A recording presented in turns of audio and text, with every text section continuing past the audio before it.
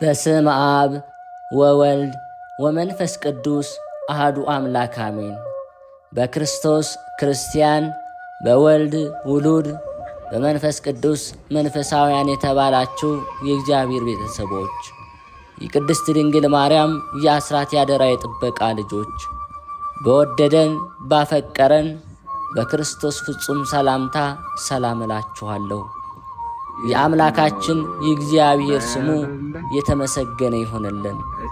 የእናቱ የእናታችን የቅድስት ድንግል ማርያም ለስሙ አጠራር ክብርና ምስጋና ይግባት። የቅዱሳን መላእክት፣ ጻድቃን፣ ሰማዕታት እንደየተሰጣቸው ጸጋና ክብር ስማቸው የተመሰገነና የከበረ ይሆንልን። አሜን። በሀገር ውስጥም በሀገር ውጭም ያላችሁ የማኅደር ሚዲያ ተከታታዮች የእግዚአብሔር ሰላምና ክብር ከሁላችሁ ጋር ይሁን። እነሆ በዚህ ቻናል ሁልጊዜ በየዕለቱ መርሃ ግብር ስለምንለቅ ገድል፣ ጸሎት፣ ድርሳንና ስንክሳር የምናቀርብበት ሲሆን ይህንን ገድል፣ ጸሎት፣ ድርሳን በእምነት ብትሰሙ ከዲያብሎስ እስራት የምትፈቱበት ከተለያዩ ርኩሳት መናፍስት የምትጠበቁበት ስለሆነ እስከ መጨረሻው ታደምጡ ዘንድ በቅዱሳን ስም እንጠይቃችኋለን። ለአገልግሎቱም ለመደገፍ ሁልጊዜ ላይክ፣ ሰብስክራይብ እንዲሁም ሐሳብ አስተያየታችሁን በኮሜንት በማስፈር መንፈሳዊ ኃላፊነታችሁን እንድትወጡ እንጠይቃለን።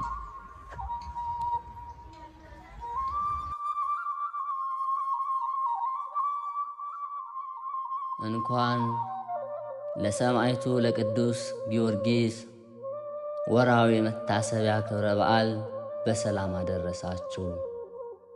እንዲሁም በዚህ ቀን ታስበው ለሚውሉ ቅዱሳን ወርሃዊና ዓመታዊ መታሰቢያ ክብረ በዓላቸው በሰላም አደረሳችሁ። የልዑል እግዚአብሔር ቤተሰቦች፣ የቅድስት ድንግል ማርያም የአስራት ያደራ የጥበቃ ልጆች፣ የቅዱሳን መላእክት፣ የቅዱሳን ጻድቃን፣ የቅዱሳን ሰማዕታት ወዳጆች፣ ከዚህ በመቀጠል የሊቀ ሰማዕታት የቅዱስ ጊዮርጊስ ገድሉን እንናገራለን።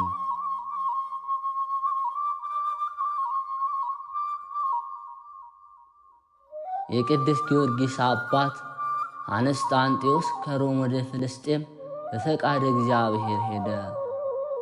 በዚያም ከክቡራን መኳንንት ከታላላቆች መሳፍንት መካከል አንዱ ነበር።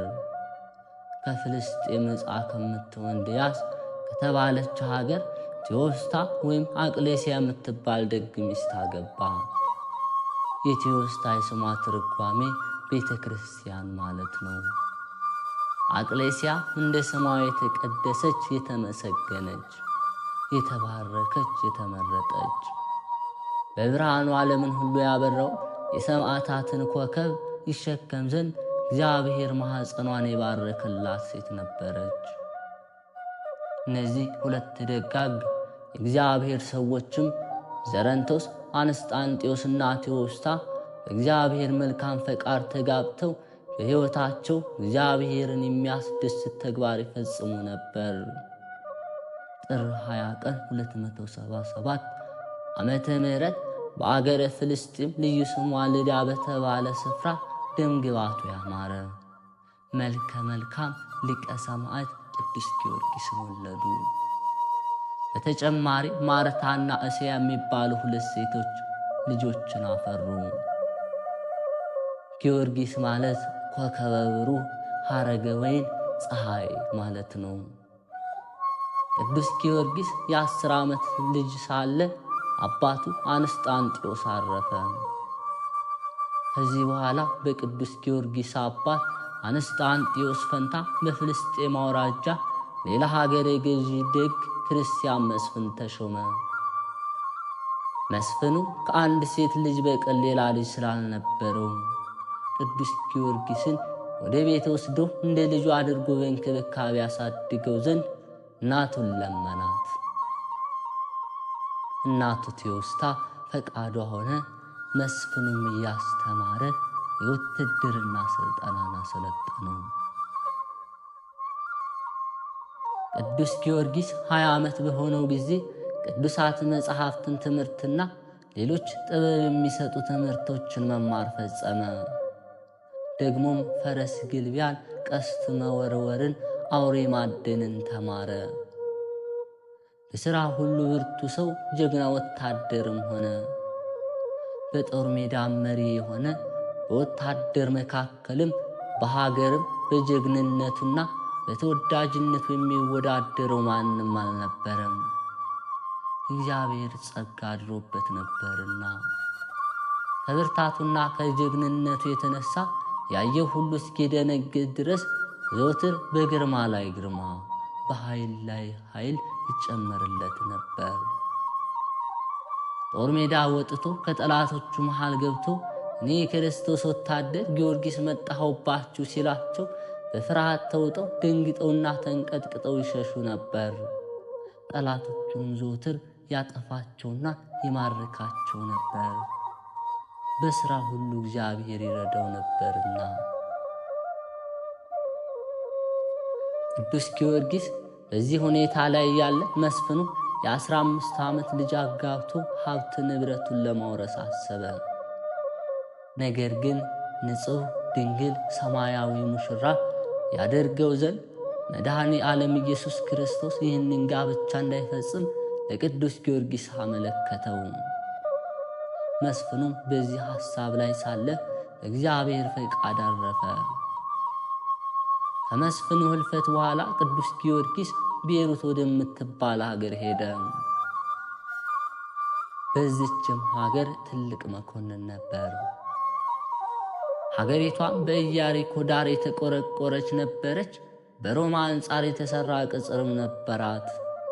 ግንቧም እንደ ሊባኖስ ግንብ፣ በሮቿ በባህር በኩል ነበር። ቅጽሯ ብርቱ ነበርና በየብስም ሆነ በመርከብ ለመጣ ጠላት አይደፈርም ነበር። የቤሩት ሰዎች እግዚአብሔርን የማያውቁ አረመኔዎች ሲሆኑ ስሙ ደራጎን የሚባል መንፈሰ ሰይጣን ያደረበት ዘንድ ያመልኩ ነበር። ደራጎኑንም ሲያዩት እጅግ የሚያስፈራና እንደ ንስር 2 ክንፍ፣ እንደ ፍየል ጢም፣ እንደ አንበሳ ያለ እግርና ጥፍር፣ እንደ ውሻ ጆሮ፣ እንደ ዘንዶ ያለ ጅራፍ፣ እንደ አዞ ያለ ጥርስ ነበረው። የቤሩት ሰዎችም ለደራጎኑ ሴቶች ልጆቻቸውን ይገብሩለት ነበር። ከብዙ ዘመን በኋላ የሀገሪቱ ሴት ልጆች በአለቁ ጊዜ የሀገረ ገዢው ሴት ልጅ ስሟ ብሩክታዊት የምትባል ቤሪታዊት የደራጎን ምግብ ተሆነው ዘንድ ጫካ ውስጥ አኖሯት።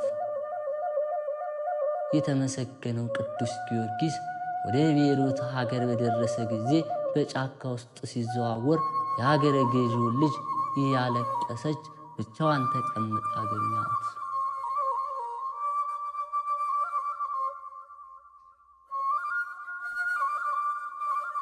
ቅዱስ ጊዮርጊስም ከዚህ ምን ትጠብቂያለሽ አላት።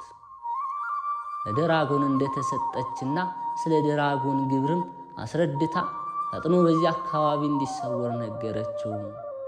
ኃያሉ ገናናው ቅዱስ ጊዮርጊስ ሰይጣን ያደረበትን ደራጎን እንደማይፈራና አማልክትን ሁሉ የሚገዛ ሰማይና ምድርን የፈጠረው አምላክ ያለ ከዚህ ከተረገመ አውሬ እርሱ ያድነኛል አላት። ይህን ሲነጋገሩ ደራጎኑ ምድሪቱን እያናወጠ መጣና ቅዱስ ጊዮርጊስን ሊበላው ወደደ። ምላሱን አውለብልቦ መርዘኛ ትንፋሹን ሊረጭበት ፈለገ። ነገር ግን ቅዱስ ጊዮርጊስ የእግዚአብሔር ኃይል መከታ አድርጎ በሥላሴ ስም በትምህርተ መስቀል ቢያማትብበት የደራጎኑ ጉልበት ራደ፣ ኃይሉ ደከመ፣ መርዙም ጠፋ።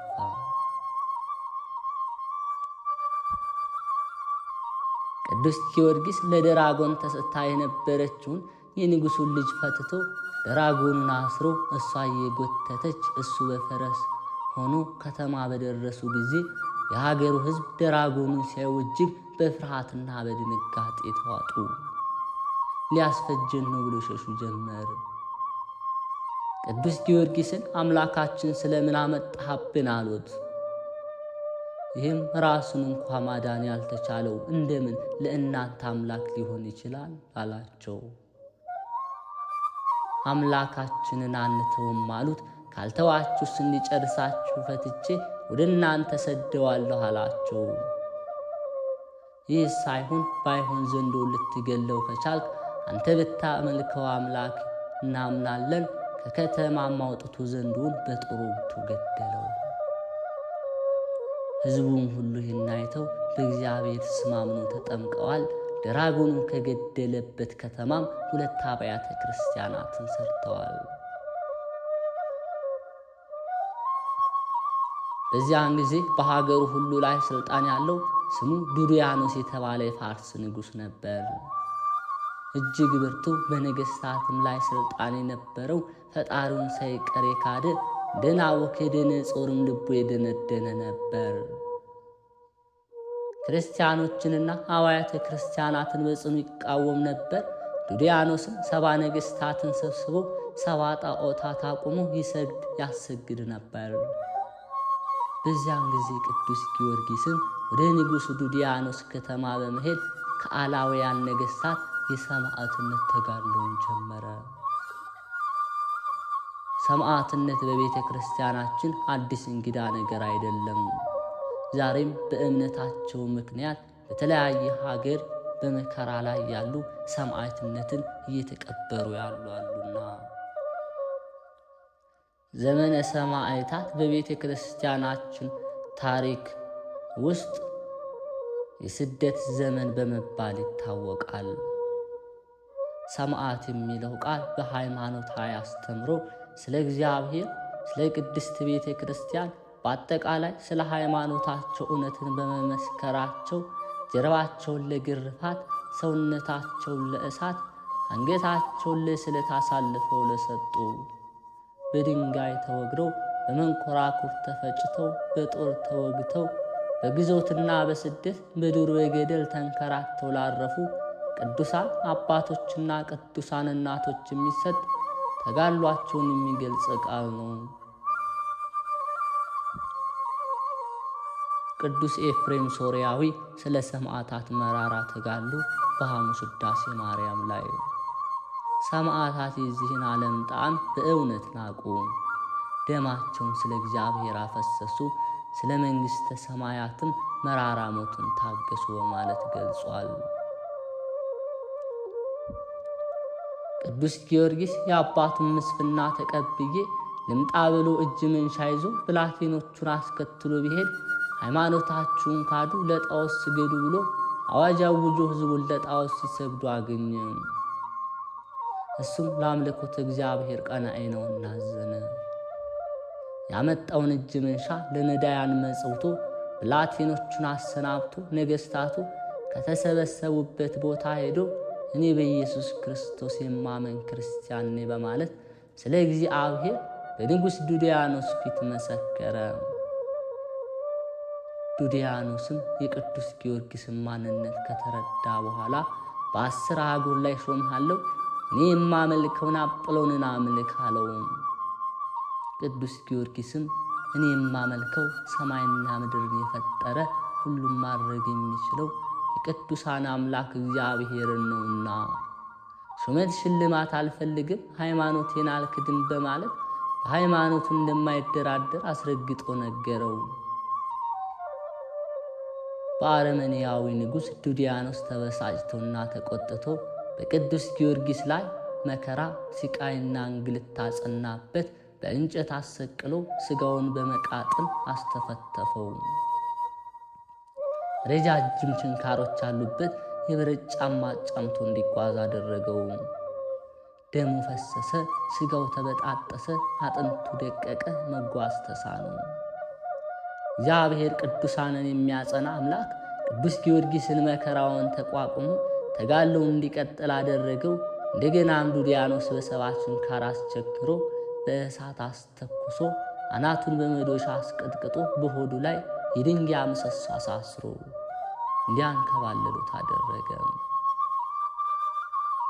ቅዱስ ጊዮርጊስ የማይሞት ቢሆን ሥጋውን በመጋዝ አስከትሎ ጨው ነሰነሰበት፣ ሥጋውን ተቆራርጦ ወደቀ።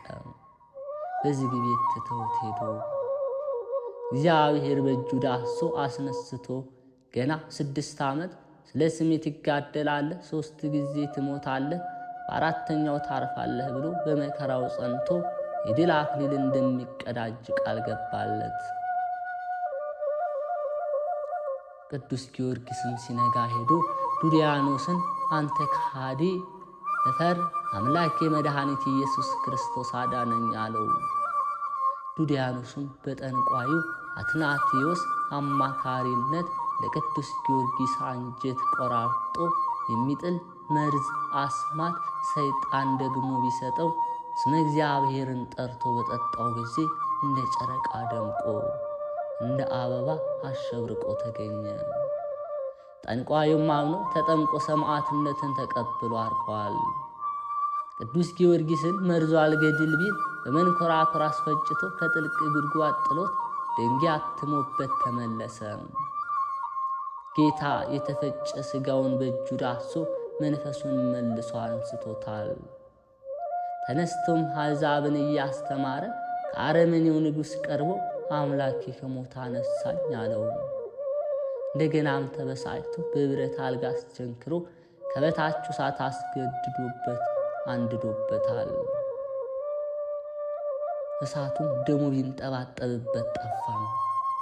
ቅዱስ ጊዮርጊስ ኢየሱስ ክርስቶስ ማንነትን ይገልጥ ዘንድ ሙታንን አስነስቶ የደረቁ እጽዋትን አለምልሞ ብዙ ተአምራትን ቢያሳየው ንጉሥ ዱድያኖስ የሚያደርገው ግራ ገባው። በመንኮራኩር ረጭተው ፈጭተው ከተራራ ላይ ወስዳችሁ ንዙት አለ። እንዳዘዙትም አደረጉ። ሥጋው ያረፈበት ሳር ቅጠሉ፣ ድንጋይና እንጨቱ ሁሉ ጊዮርጊስ ቅዱሱ ለእግዚአብሔር፣ ጊዮርጊስ ሰማዕቱ ለእግዚአብሔር እያሉ አመስግነዋል። እግዚአብሔርም ቃሉ ሕያው ነውና 3ኛ ከሞት አንስቶታል። መከራና ሥቃይ ያጸኑበት ጭፍሮቹም የቅዱስ ጊዮርጊስን መነሳት አይተው ደንግጠውና ፈርተው ከእግሩ ስር ወደቁ፣ አምነውም ተጠመቁ። ቅዱስ ጊዮርጊስን ተጋድሎውን በመቀጠል ንጉሡ ለጣዖቱ አፕሎ እንዲሰግድ ብሎ ወደ እልፍኙ ያስገባው ንግሥቲቱን ለእስክንድሪያን አስተምሮ አሳመናት። አጵሎንን በአደባባይ አዋርዶ አምላክ እንዳልሆነ ተናግሮ ምድር እንድትውጠው አድርጓል። ንግሥቲቱም የጊዮርጊስን ኃያልነት የእግዚአብሔርን አምላክነት በአደባባይ መስክራ በሰማዕትነት አርፋለች። እዚህም የተነሳ ትምህርቱን ሰምተው ተአምራቱን አይተው ብዙዎች አምነው ተጠምቀዋል፣ ሰማዕትነትንም ተቀብለዋል። ቅዱስ ጊዮርጊስ አላውያንን ነገሥታት ወደ እግዚአብሔር እንዳልተመለሱ ስለተገነዘበ ወደ እግዚአብሔር አመልክተው በእሳት እንዲጠፉ አድርጓቸዋል። በእምነታቸው ምክንያት ስደት፣ እስራት፣ ግዞት፣ ስድብ፣ ነቀፌታ ሲደርስባቸውና መከራውንና ሲቃዩ እንግልቱና እስራቱን ስደቱን በአኮቴት የሚቀበሉ ምእመናን ጸዋትወ መከራ ለመግለጽ ቤተ ክርስቲያናችን እንደዚህ ያሉ አማኞችን ሰማዕት ዘእንበለ ደም ትላቸዋለች። ምክንያቱም የእነዚህ መከራ አቀባበል በሰይፍ መሰየፍ፣ በእሳት መጣል ሳይሆን ከላይ የተገለጹትን ስለ እግዚአብሔር ብለው በትዕግሥት የሚቀበሉ ስለሆኑ ነው። በዚህም ተጋድሏቸው ሰዎችንና ልዩ ልዩ ስቃያትን የሚያደርሱባቸው ኢአማንያን ጭምር ወደ ክርስትና እየጠሩ ለሰማዕትነት የሚያበቁ በመሆናቸው ነው። ቅዱስ ጊዮርጊስም ገድልን የጻፈ ያጻፈ፣ መታሰቢያን ያደረገ፣ በስሜ ቤተ ክርስቲያን ያነጸ፣ በመከራ ሆኖ በስሜ የተማጸነ ሁሉ በሥጋው ረድኤት በነፍሱ ምሕረትን የሚያገኝ ይሁን ብሎ እግዚአብሔር በለመነው ጊዜ ምድር ተናወጸች፣ ሰማያት ተከፈቱ። ጌታ መላእክቱና ነቢያትን ሐዋርያትን አስከትሎ ሰላም ላንተ ይሁን፣ ወዳጄ ጊዮርጊስ ሆይ የለመንከው ሁሉ ይሁንልህ ይደረግልህ ብሎ ከማኅበረ ሰማዕታት መካከል የሚመስልህ የሚተካከልህ የለም ብሎ ቃል ኪዳን ገባለት። ቅዱስ ጊዮርጊስ ስለ ቤተ ክርስቲያን ፍቅር ሲል በሰይፍ ተቀልቶ በመንኮራኩር ተፈጭቶ ወደ እቶነ እሳት ተጥሎ ለአእምሮ የሚከብድ መልኩ ብዙ ጸዋትወ መከራን ተቀብሎ በ27 ዓመቱ ሚያዝያ 27 3 ቀን ሰማዕትነትን ተቀብሏል። በ23 ዓመቱ ሰማዕትነት እንደተቀበለ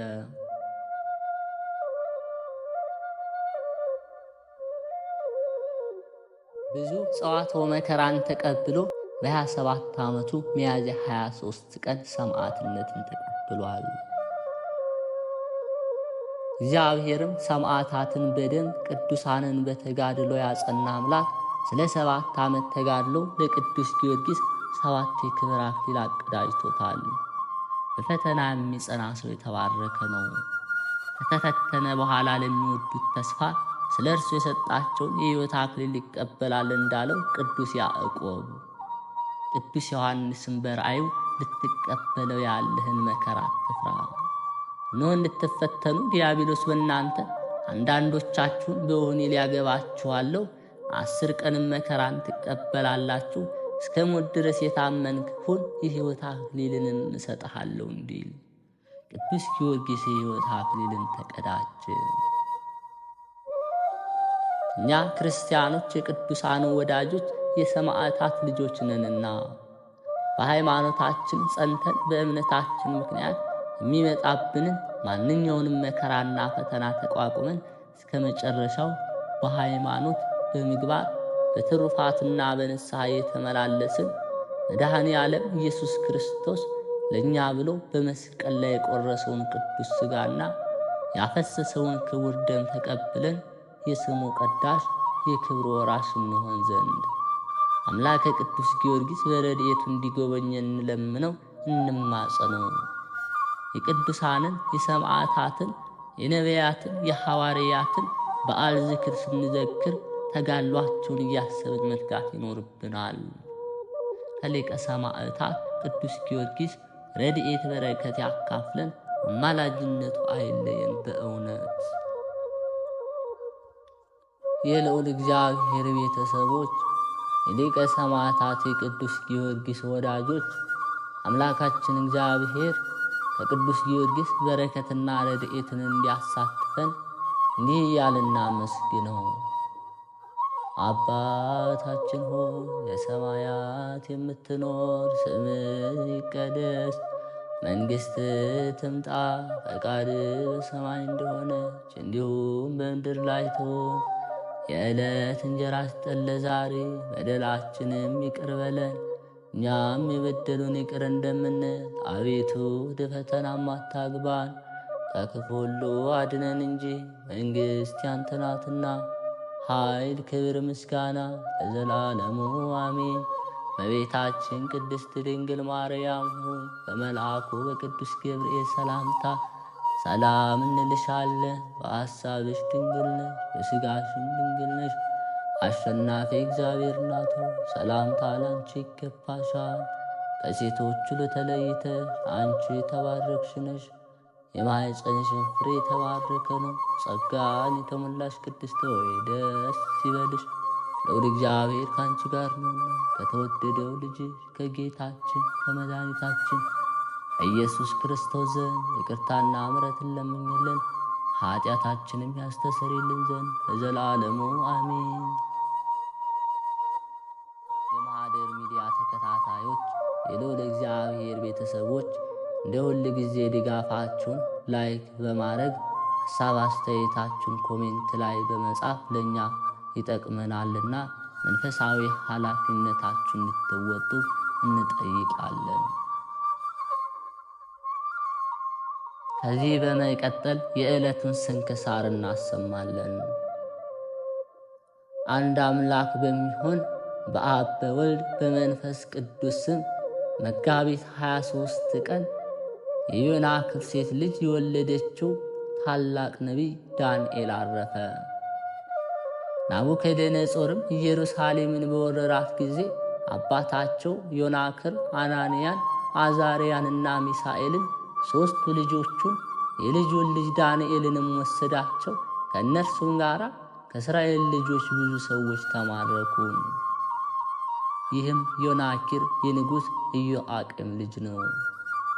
ኢሳይያስ ለሕዝቅያስ ንጉሥ ትንቢት እንደተናገረ የቤተ መንግሥቱና የቤተ እግዚአብሔርን ዕቃ ሁሉ ናቡከደነጾር ወደ ባቢሎን ወሰደ። ይህ ዳንኤል ያን ጊዜ በዕድሜው ታናሽ ነበር። ፍጹም የሆነ ታላቅ ተጋድሎን ተጋደለ። እግዚአብሔርን መንፈስ አድሮበት በባቢሎን ሀገር ትንቢት ሲናገር ኖረ። ምርኮ በሆነ በአራተኛውም ዓመት ናቡከደነጾር የምታስፈራ ራእይን አየ። ከእንቅልፉም በነቃ ጊዜ ያችን ሕልም ረሳት። በባቢሎን የሚኖሩትን ሁሉን ጥበበኞች ሰብስባችሁ ከእርሳቸውም ያችን ራእይና ትርጓሜዋን እንዲነግሩት ፈለገ። እነርሱ ግን ያች ራእይና ትርጓሜዋን ሊያውቋት አልቻሉም። የባቢሎንን ጥበበኞች ሁሉ እርሱንና ባልንጀሮቹ 3 ደቂቅን ይገድሏቸው ዘንድ ንጉሥ አዘዘ።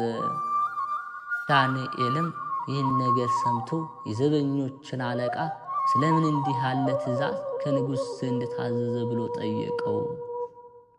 እርሱም ንጉሥ ስለ አያት ራእይ ነው፣ የባቢሎንና የግብፅ ጠቢባን ሁሉ እርሷን ራእዩን ትርጓሜዋንም ሊነግሩት አልተቻላቸውምና ብሎ መለሰለት። ዳንኤልም የዘበኞቹን አለቃ እኔ ለንጉሥ ሕልሙን እንደምነግረው ፍቹንም እንደምተረጉምለት ስለ እኔ ልንገረው፣ ይህንም ተዋቸው አለው። ከዚህ በኋላ ዳንኤልም ወደ እግዚአብሔር ጸለየ። ባልንጀሮቹ 3 ደቂቅም ከእርሱ ጋር የንጉሡን ሕልም ፈቺው ይገልጥላቸው ዘንድ በአንድነት ማለዱ። እግዚአብሔርም ገለጠላቸው። ዳንኤልም ወደ ንጉሥ ገብቶ ሕልሙንና ፍቺውን ነገረው። ከእርሱም በኋላ ስለሚነሱ ነገሥታት ከእርሱም ከእያንዳንዳቸው የሚሆነውንም ገለጠለት። የዳንኤል ቃል ናቡከደነጾርን ደስ አሰኘው። በፊቱም ሰገደ። ብዙ እጅ መንሻም ሰጠው። ታላቅ ክብርንም ሰጥቶ በባቢሎን ጠቢባን ሁሉ ላይ አለቃ አድርጎ ሾመው። ከዚህ በኋላ ናቡከደነጾር ሌላ ሕልም አየ። ያንንም ተረጎመለት። እንዲህም ብለው አስረዳው። ስለታወይክ እግዚአብሔር ከሰው መካከል አውጥቶ ከአራዊት ጋር በዱር 7 ዓመት ያኖርህ ዘንድ አለው። እንደ እንስሳም ሳር ትበላለህ። ከ7 ዓመትም በኋላ ወደ መንግሥትህ ይመልስሃል በማለት ይህንን ተፈጸመበት። ናቡከደነጾር ከሞተ በኋላ መልአክ በግድግዳ ላይ የጻፉትን ለልጁ ለብልጣሶር ተረጉመለት። በቤተ እግዚአብሔር ዕቃ በጠጣ ጊዜ ጽሑፉ የተቆጠረ፣ የተመጠነ፣ የተመዘነ እንደሆነ ትርጓሜውም ዙፋኑንና መንግሥቱን እግዚአብሔር ለሌላ የሰጠው መሆኑን ገለጠለት። እንዲህም አለው፣ ቢመዝን የጎደሎ ሆነ አገኘህ፣ መንግሥትህንም ለፋርስ አሳልፈ ሰጠ። ትንቢቱም ተፈጸመች። እግዚአብሔር እስከ ዓለም ፍጻሜ የሚነግሱትን ነገሥታት በራእይ አሳየው። ሐሳዊ መሲህንም መግለጥ አሳየው። ከዚህ በኋላ የእግዚአብሔርነቱን ክብር፣ ልዕልናውን፣ ጌትነቱን አሳየው። የክብር ባለቤት ክርስቶስ ወደ ዓለም መምጣቱን ትንቢት ተናገረ። ሱባኤዎችንም ወሰነ። እነዚያ ሱባኤዎችም በተፈጸሙ ጊዜ የክብር ባለቤት ጌታችን ኢየሱስ ክርስቶስ መጣ። ክርስቶስ ይመጣል ይገድሉታልም፣ ለኢየሩሳሌም መዳኛዋ ይሆናታል ብሎ ትንቢት እንደተናገረ የክብር ባለቤት ከሆነ ከጌታ ከኢየሱስ ክርስቶስ ስቅለት በኋላ ኢየሩሳሌም እንደምትጠፋ ቤተ መቅደስም እንደሚፈርስ የተናገረውን ትንቢት ሁሉ ተፈጸመ። በባቢሎን ሀገር ቤል የሚባል ጣዖት ነበር። ምግብን ሁል ጊዜ 12 ጫን በሚፈጅ ቻል በ12 መስፈሪያ ስንዴ 40 በግ 7 ፈቀል የወይን ጠጅ እያወጣጡ ይሰጡት ነበር።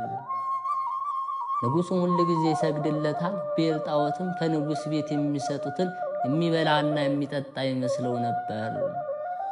ንጉሥ ዳንኤልም ለቤል የማትሰግድ ለምንድን ነው አለው። ዳንኤልም ንጉሡን እኔስ ሰማይና ምድርን ለፈጠረ ፍጥረቱን ሁሉ በሕያውነት ለሚያኖር አምላክ እንጂ የሰው እጅ ለሠራው ጣዖት አልሰግድም አለው። ንጉሡም ተቆጣ። የጣዖታቱንም ካህናት ጠራቸው። እውነት ነውን? ሌላ አምላክ አይበላም አይጠጣምን? አላቸው። ሁልጊዜ የምንሰጠው በእውነት ይበላል ይጠጣል አሉት። ከዚህ በኋላ በመሸ ጊዜ ከጣዖቱ ዘንድ መብሉንና መጠጡን ሁሉ ንጉሡ እየተመለከተ ካህናቱ አስቀምጠው ወጡ። የጣዖቱ ካህናቱን ከወጡ በኋላ ዳንኤል አመድ አምጡ ብሎ አዘዘ። አመጡለትም። ንጉሡም ከዚያ ሆኖ እያየ በጣዖቱ ቤት ውስጥ ነሰነሰው። ንጉሡም በቁልፉ ከዳንኤል ጋር በአንድነት ቆልፉበት፣ አትሙትም፣ ወደ ማደሪያችሁም ሂዱ። የጣዖታቱ ካህናት ግን ከምድር በታች ውስጥ ለውስጥ መግቢያ ቀዳዳ ነበራቸው። ከሚስቶቻቸውና ከልጆቻቸው ጋር በሌሊት በዚያ ገብተው በሉ፣ ጠጡ፣ በመጡበትም ተመለሱ። በማግስቱም ንጉሥ መጥቶ የጣዖቱን ቤት ከፈተ።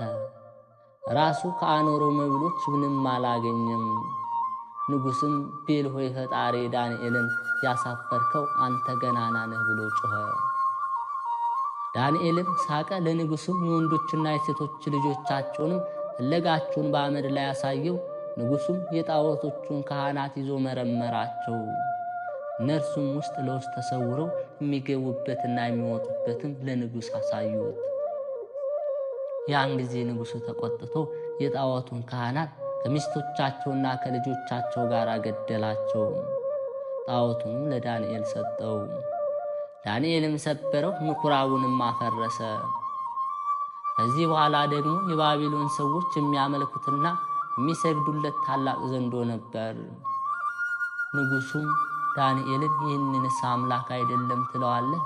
እነሆ ሕያው ነው፣ ይበላል ይጠጣል፣ ናስ ነው ትለው ዘንድ አትችልምና ስገድለት እንጂ አለው። ዳንኤልም ለንጉሡ እንዲህ ብሎ መለሰለት፣ እኔስ በሕያውነት የሚኖር እግዚአብሔር በቀር ለሌላ አልሰግድም። ግን ያለ ሰይፍና ያለ በትር ይህንን ከይሲ ገድለው ዘንድ አሰነባብተኝ አለው። ንጉሡም አሰናብትሃለሁ አለው። ዳንኤልም ጠጉርና አደሮ ማር ወስዶ እንደ እንቁላልም አደበልብሎ በእሳት አጋለው፣ በሞራም ጠቅልሎ ለከይሲው አጎረሰው። በዋጠው ጊዜ ሆዱ ተሰንጥቆ ሞተ።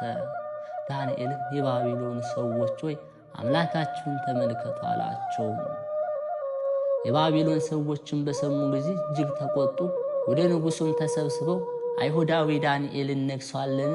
ኖቤልን ሰበረው፣ ካህናቶችንም ገደላቸው። ከዚያም ደግሞ ዘንዶውን ገደለው። አሁን እርሱ ዳንኤልን እንድንገድለው ካልሰጠህን አንተን ቤተሰብህንም እንገድላለን አሉት።